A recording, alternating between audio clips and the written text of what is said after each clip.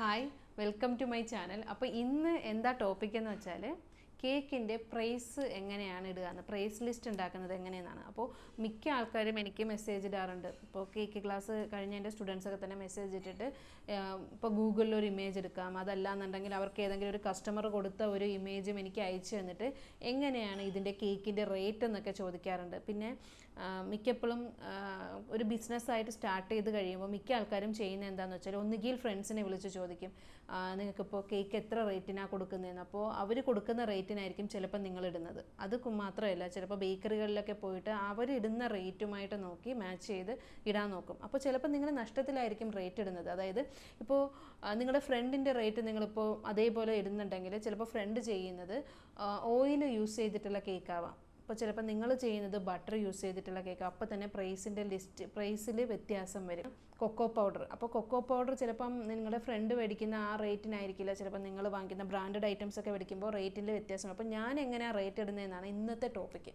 അതായത് ഞാനിപ്പോൾ എല്ലാ കേക്കുകൾക്കും ഒരു ലിസ്റ്റ് ഉണ്ടാക്കിയിട്ട്, ഒരു പ്രൈസ് ലിസ്റ്റ് ഉണ്ടാക്കിയിട്ട് ഇതുപോലെ ചെയ്ത് വെച്ചിട്ടുണ്ട്. അപ്പോൾ പ്രൈസ് ലിസ്റ്റ് ഇപ്പോൾ ബ്ലാക്ക് ഫോറസ്റ്റ് കേക്കിനാണെങ്കിൽ ഞാനൊരു പ്രൈസ് ലിസ്റ്റ് ഉണ്ടാക്കിയിട്ടുണ്ട്, വൈറ്റ് ഫോറസ്റ്റ് കേക്കിനാണെങ്കിൽ അതുപോലെ ഒരു പ്രൈസ് ലിസ്റ്റ് ഉണ്ടാക്കിയിട്ടുണ്ട്, അതുപോലെ തന്നെ ഫോണ്ടൻറ്റ് കേക്കിനൊരു പ്രൈസ് ലിസ്റ്റ്, പിന്നെ ഫ്ലവറുകൾ വെക്കുന്ന കേക്കുകൾക്ക് അടുത്ത പ്രൈസ് ലിസ്റ്റ്, അങ്ങനെ ഓരോന്നിനും ഓരോ പ്രൈസ് ലിസ്റ്റ് ഉണ്ടാക്കിയിട്ടുണ്ട്. അപ്പോൾ നമുക്ക് പ്രൈസ് ലിസ്റ്റ് എങ്ങനെ ഉണ്ടാക്കാം എന്നുള്ളത് നോക്കാം. അതിനുശേഷം ബാക്കിയുള്ള കാര്യങ്ങൾ ഞാൻ പറഞ്ഞു തരാം. കോസ്റ്റിംഗ് ഷീറ്റ് നോക്കാം. അപ്പോൾ കോസ്റ്റ് ഇപ്പം നിങ്ങൾക്ക് മനസ്സിലാവാൻ വേണ്ടിയിട്ട് ഞാനൊരു കേക്കിൻ്റെ കോസ്റ്റാണ് ഇപ്പോൾ ഇവിടെ എടുത്തിരിക്കുന്നത്. അപ്പോൾ അതിന് ഫസ്റ്റ് ഞാൻ ഇൻഗ്രീഡിയൻസ് എഴുതിയിട്ടുണ്ട്. അപ്പോൾ ഇൻഗ്രീഡിയൻസ് എന്ന് പറയുമ്പോൾ മൈദ മാവ്, അങ്ങനെ ബട്ടർ, നമ്മൾ എന്തൊക്കെയാണോ ഇൻഗ്രീഡിയൻസ് അതിന് യൂസ് ചെയ്യുന്നത്, അതുപോലെ തന്നെ ഐസിങ് പാർട്ടിൻ്റെതും ഞാൻ എടുത്തിട്ടുണ്ട്. പിന്നെ അവസാനം കേക്ക് ബോക്സ്, ബേസ് കട്ട് ചെയ്ത് കൊടുക്കുന്ന നൈഫ്, ടോപ്പർ, അങ്ങനെ അതെല്ലാം ഇൻഗ്രീഡിയൻസിൻ്റെ ലിസ്റ്റിൽ ഞാൻ എഴുതിയിട്ടുണ്ട്. പിന്നെ രണ്ടാമത് വരുന്നത് നമ്മളെടുത്ത റെസിപ്പിയാണ്. അതായത് ആ റെസിപ്പിയിൽ നമ്മൾ എത്ര ഗ്രാം വെച്ചൊക്കെയാണ് എടുത്തിരിക്കുന്നത്. അതായത് ഈ റെസിപ്പി എന്ന് പറയുമ്പോൾ നമ്മൾ എടുത്തിരിക്കുന്ന ഇൻഗ്രീഡിയൻസിൽ മിക്കതും ചിലപ്പോൾ കപ്പ് മെഷർമെൻ്റ് ആവാം, ചിലപ്പോൾ ഗ്രാമിലാവാം. അപ്പോൾ അതെല്ലാം നമുക്ക് കൺവേർട്ട് ചെയ്ത് ഗ്രാമിലേക്ക് മാറ്റേണ്ടതായിട്ടുണ്ട്, അല്ലെങ്കിൽ ml മാറ്റണം. കാര്യം എന്ന് വെച്ചാൽ എങ്കിലേ നമുക്ക് അതിൻ്റെ കറക്റ്റായിട്ടുള്ള കോസ്റ്റ് മനസ്സിലാക്കാൻ പറ്റുള്ളൂ. അപ്പോൾ ഞാൻ എല്ലാം ഇപ്പോൾ മൈദമാവ് തന്നെ ഇപ്പോൾ 1.5 കപ്പാണെങ്കിൽ അത് ഞാൻ 180 ഗ്രാമിലേക്ക് മാറ്റിയിട്ടുണ്ട്. അതുപോലെ തന്നെ ബട്ടർ എല്ലാം ഞാൻ മാറ്റി ഇവിടെ റെസിപ്പിയുടെ ഇതിൽ ഞാനെല്ലാം കൺവേർട്ട് ചെയ്ത് മാറ്റിയെടുത്തിട്ടുണ്ട്. പിന്നെ വരുന്നതെന്ന് പറഞ്ഞാൽ കോസ്റ്റാണ്. ഈ കോസ്റ്റ് എന്ന് പറയുമ്പോൾ ഞാനിപ്പം മൈദമാവ് പുറത്തുനിന്ന് വാങ്ങിയപ്പോൾ എത്രയായി, അതായത് ഇപ്പോൾ 1 കിലോ മൈദമാവ് എനിക്കിപ്പോൾ 54 രൂപയായിട്ടുണ്ട്. അതുപോലെ തന്നെ ബട്ടറിൻ്റെ റേറ്റ് 500 ഗ്രാമിന് 235 രൂപ. അതുപോലെ അതാണ് വരുന്നത് കോസ്റ്റ്. നമ്മൾ എത്രയാണോ എന്തെല്ലാം ഇൻഗ്രീഡിയൻസ് എടുത്തിട്ടുണ്ടോ, അതിൻ്റെ മേടിച്ചിട്ടുണ്ടോ, അതിൻ്റെ എല്ലാം മാർക്കറ്റിലെ റേറ്റാണ് ആ കോസ്റ്റിൽ വരുന്നത്. പിന്നെ വരുന്നത് cost for recipe. Cost for recipe എന്ന് പറയുമ്പോൾ ഈ റെസിപ്പിക്ക് വേണ്ടിയിട്ട് എത്ര ഇൻഗ്രീഡിയൻസ് ആണോ യൂസ് ചെയ്തത് അതിൻ്റെ റേറ്റാണ് അവിടെ എടുത്തിരിക്കുന്നത്. അപ്പോൾ എനിക്കിപ്പോൾ മൈദമാവ് ഈ ഒരു റെസിപ്പിക്ക് വേണ്ടി 180 ഗ്രാം ആയിട്ടുണ്ട്. അപ്പോൾ അത് എനിക്ക് ഒരു 9 രൂപ ആയിട്ടുണ്ട്. അതുപോലെ തന്നെ ബട്ടറിൻ്റെ റേറ്റ് എനിക്ക് 115 ഗ്രാം ഞാൻ ഈ റെസിപ്പിക്ക് വേണ്ടി എടുത്തിട്ടുണ്ട്. അപ്പോൾ അതിന് എനിക്ക് 54 രൂപ ആയിട്ടുണ്ട്. അപ്പോൾ അങ്ങനെ എല്ലാത്തിൻ്റെയും ഇത് ഞാൻ കോസ്റ്റ് അവിടെ എഴുതിയെടുത്തിട്ടുണ്ട്. അപ്പോൾ ഫസ്റ്റ് വരുന്ന ഇൻഗ്രീഡിയൻസ്, സെക്കൻഡ് വരുന്ന റെസിപ്പി, മൂന്നാമത് വരുന്ന മാർക്കറ്റിൽ നിന്ന് വാങ്ങിച്ചപ്പോൾ നമുക്ക് എത്ര രൂപയായിരുന്നു അതൊരു കോസ്റ്റ്.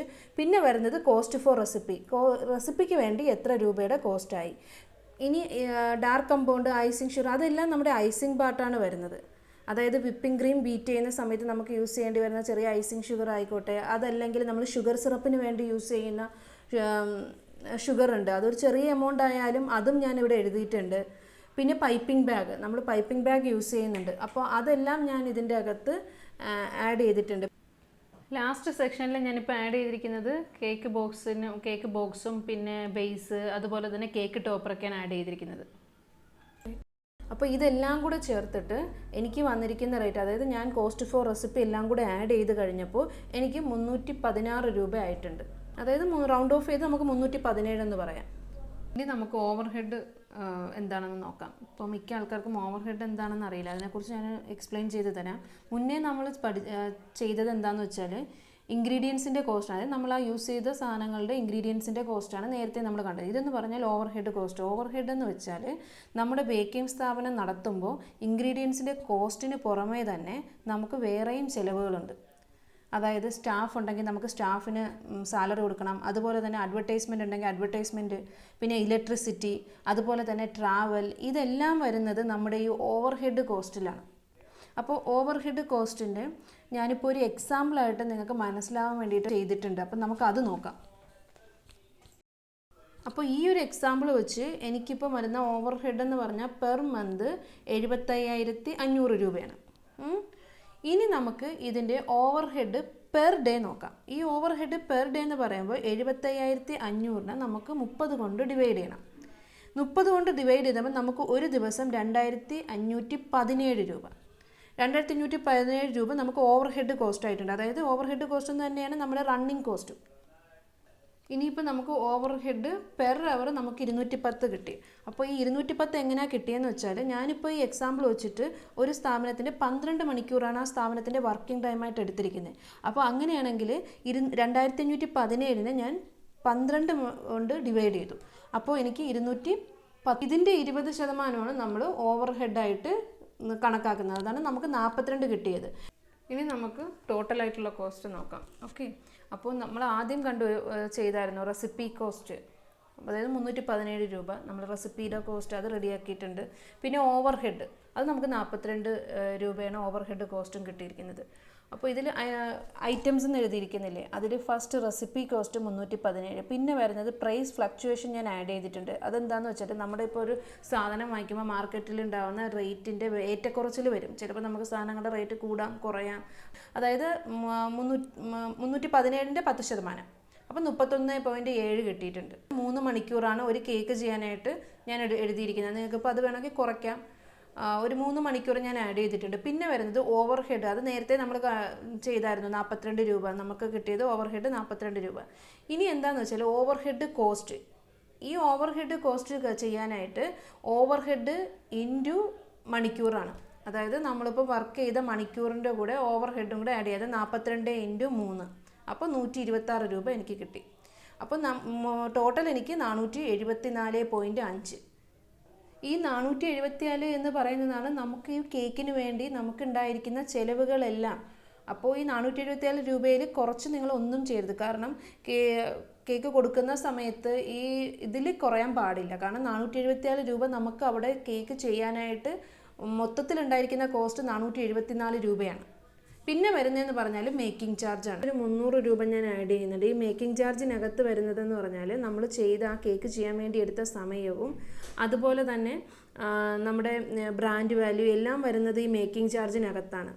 പിന്നെ ഇനി ഞാൻ സബ് ടോട്ടൽ എടുത്തിട്ടുണ്ട്. അതായത് നമ്മളിപ്പോൾ ചെയ്ത ടോട്ടലായിട്ടുള്ള 474.5 എന്നുള്ളതും പ്ലസ് നമ്മുടെ മേക്കിംഗ് ചാർജ് 300 രൂപയും കൂടെ ആഡ് ചെയ്ത് ഞാൻ സബ് ടോട്ടലും 774.5. അതാണ് നമ്മുടെ സബ് ടോട്ടൽ മൊത്തത്തിലുള്ള ഇത് ഞാൻ 774.5. പിന്നെ വരുന്നത് നെറ്റ് പ്രോഫിറ്റാണ്. അതായത് ഈ 774.5ൻ്റെ 10% അത് ഞാൻ എടുത്തിട്ടുണ്ട്. 77 രൂപ 77.5 രൂപയ്ക്ക് ഞാൻ ആഡ് ചെയ്തിട്ടുണ്ട്. അതും കൂടെ ചേർത്ത് 852 രൂപ. അതായത് റൗണ്ട് ഓഫ് ചെയ്ത് 860 രൂപ. ഇപ്പോൾ ഫൈനൽ പ്രൈസ് എന്ന് പറയുമ്പോൾ 852 രൂപ. അതായത് ഞാനിപ്പോൾ റൗണ്ട് ഓഫ് ചെയ്ത് 860 എടുത്തിട്ടുണ്ട്. അതായത് നമ്മുടെ റെസിപ്പി കോസ്റ്റ് 317ൻ്റെ 2.7 ഇരട്ടി എടുത്തിട്ടുണ്ട്. റെസിപ്പി കോസ്റ്റിൻ്റെ ഇരട്ടിയാണ് എനിക്കിപ്പോൾ ഞാൻ ഫൈനൽ പ്രൈസ് ആയിട്ട് എടുത്തിരിക്കുന്നത്, 860. പിന്നെ ഒരു കാര്യം പറയാനുള്ളത് എന്താണെന്ന് വെച്ചാൽ, നമ്മുടെ റെസിപ്പി കോസ്റ്റും പിന്നെ ഓവർ ഹെഡ് കോസ്റ്റും എല്ലാം കൂടെ കഴിഞ്ഞിട്ട് വരുന്ന നമ്മുടെ ടോട്ടൽ കോസ്റ്റ് എന്ന് പറയുന്നത്, കേക്കിൻ്റെ കോസ്റ്റ് എന്ന് പറയുന്നത് 474.5. അത് നമ്മൾ ഒരിക്കലും ഒരു ഓർഡർ വന്നു കഴിയുമ്പോൾ അതിലൊരിക്കലും കുറയാൻ പാടില്ല. അതിപ്പോൾ ഈ റെസിപ്പി കോസ്റ്റും ഓവർ ഹെഡ് കോസ്റ്റും കൂടെ കഴിഞ്ഞിട്ട് വരുന്നത് 474.5 എന്ന് പറയുമ്പോൾ അതിൽ കുറഞ്ഞൊരു ഓർഡർ നിങ്ങൾ എടുക്കരുത്. കാരണം അതിൽ കുറയാൻ പാടില്ല. അതിൽ കുറഞ്ഞു കഴിഞ്ഞാൽ നിങ്ങൾക്ക് നഷ്ടത്തിലേക്കായിരിക്കും പോകുന്നത്. അപ്പോൾ നിങ്ങൾക്ക് എന്തെങ്കിലും ഇപ്പോൾ ഒരു ഓർഡർ തരുമ്പോൾ അവർ ഡിസ്കൗണ്ടൊക്കെ ചോദിക്കുന്നുണ്ടെങ്കിലും നിങ്ങൾ മേക്കിംഗ് ചാർജിലോ അല്ലെങ്കിൽ നെറ്റ് പ്രോഫിറ്റിലോ ഒക്കെ വേണം നിങ്ങൾക്ക് കുറയ്ക്കാനായിട്ട് വരേണ്ടത്. അത് ഡിസ്കൗണ്ടൊക്കെ കൊടുക്കുന്നതെല്ലാം മേക്കിംഗ് ചാർജിൽ ഡിസ്കൗണ്ട് കൊടുക്കാം, അല്ലെങ്കിൽ നെറ്റ് പ്രോഫിറ്റിലും നിങ്ങൾക്ക് ഡിസ്കൗണ്ട് കൊടുക്കാം ആഡ് ചെയ്യേണ്ടത്.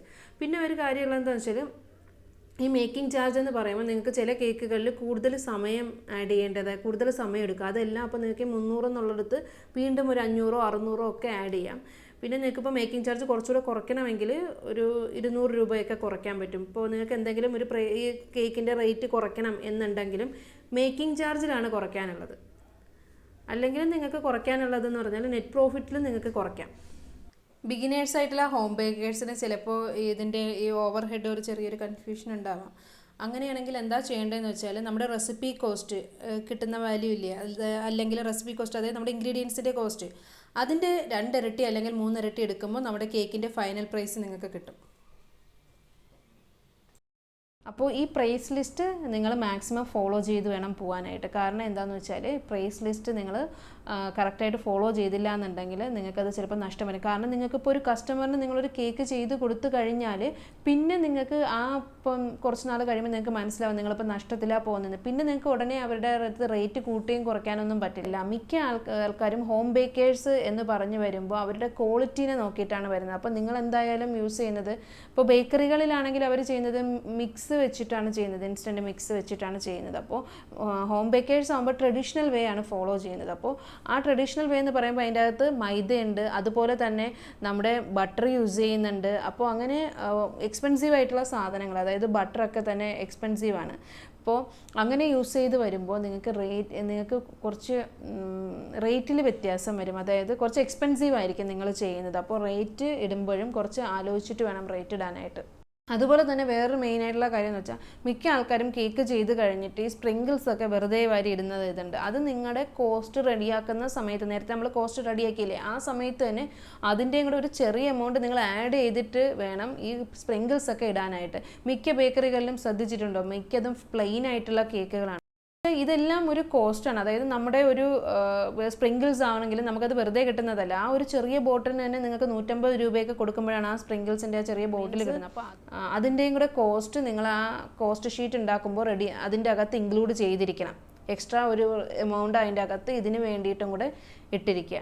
പിന്നെ ബേക്കറികളിലെന്ന് പറയുമ്പോഴും ഹോം ബേക്കേഴ്സ് എന്ന് പറയുമ്പോഴും രണ്ടും തമ്മിൽ വ്യത്യാസമുണ്ട്. കാരണം ഹോം ബേക്കേഴ്സ് ആകുമ്പം നമ്മുടെ ഒരു സമയം നമ്മളിപ്പോൾ ഒരു കേക്കൊക്കെ ആയിരിക്കും, അല്ലെങ്കിൽ 2 കേക്കൊക്കെ ആയിരിക്കും ഒരു സമയം വെക്കുന്നത്. അതും ഇപ്പോൾ 1 kg കേക്കൊക്കെ ആണെങ്കിൽ 1.5 മണിക്കൂർ. 1 kg കേക്ക് നമുക്കിപ്പോൾ 1.5 മണിക്കൂറാണ് സാധാരണ എടുക്കാറ്. ആ 1.5 മണിക്കൂറിനകത്ത് നമുക്ക് 2 കേക്കേ ചെയ്യാൻ പറ്റുള്ളൂ. പക്ഷേ ബേക്കറികളിലാണെങ്കിലും അവർക്ക് ബൾക്കായിട്ടുള്ള പ്രൊഡക്ഷനാണ്. അപ്പോൾ അവർക്ക് ഒരു സമയം തന്നെ കൂടുതൽ കേക്കുകൾ ഒരു സമയം തന്നെ അവർക്ക് അവിടെ ബോർമയാണ്. അപ്പോൾ അതിൻ്റെ അകത്തേക്ക് അവർക്ക് ഒരു സമയം 20 കേക്കൊക്കെ ചെയ്ത് വെക്കാൻ പറ്റും. അപ്പോൾ അവർക്ക് അവിടെയും പ്രോഫിറ്റാണ്. അപ്പോൾ നമ്മൾ ഇടുന്ന റേറ്റുകൾ ഡിപ്പെൻഡ് ചെയ്യുന്നത് ഇതിനെയും ഡിപ്പെൻഡ് ചെയ്ത് വേണം നിൽക്കാനായിട്ട്. അത് നമ്മുടെ കോസ്റ്റിൽ ഇതെല്ലാം വരാം, ഇലക്ട്രിസിറ്റി ബില്ല് അതെല്ലാം ഇതിൻ്റെ അകത്ത് വരാനുള്ളതാണ്. ഇപ്പോൾ ഇതൊക്കെയാണ് നമ്മുടെ റേറ്റിങ്ങിൻ്റെ കാര്യങ്ങളിൽ ശ്രദ്ധിക്കാനുള്ളത്. അപ്പോൾ എല്ലാവരും ഇത് റേറ്റ് ഇടുമ്പോൾ മാക്സിമം ശ്രദ്ധിച്ചിട്ട് റേറ്റ് ഇടുക. പിന്നെ ഒരു തവണ നമുക്ക് റേറ്റ് ഇട്ട് കഴിഞ്ഞാൽ പിന്നെ അത് ചേഞ്ച് ചെയ്യാൻ പറ്റില്ല. എല്ലാവരും യൂട്യൂബ് ചാനൽ സബ്സ്ക്രൈബ് ചെയ്യുക. പിന്നെ പുതിയ നോട്ടിഫിക്കേഷൻ ലഭിക്കാനായിട്ട് ബെല്ലൈക്കൺ പ്രസ് ചെയ്യണം. അപ്പോൾ പുതിയ റെസിപ്പീസും പുതിയ ടോപ്പിക്സുമായിട്ട് വീണ്ടും കാണാം.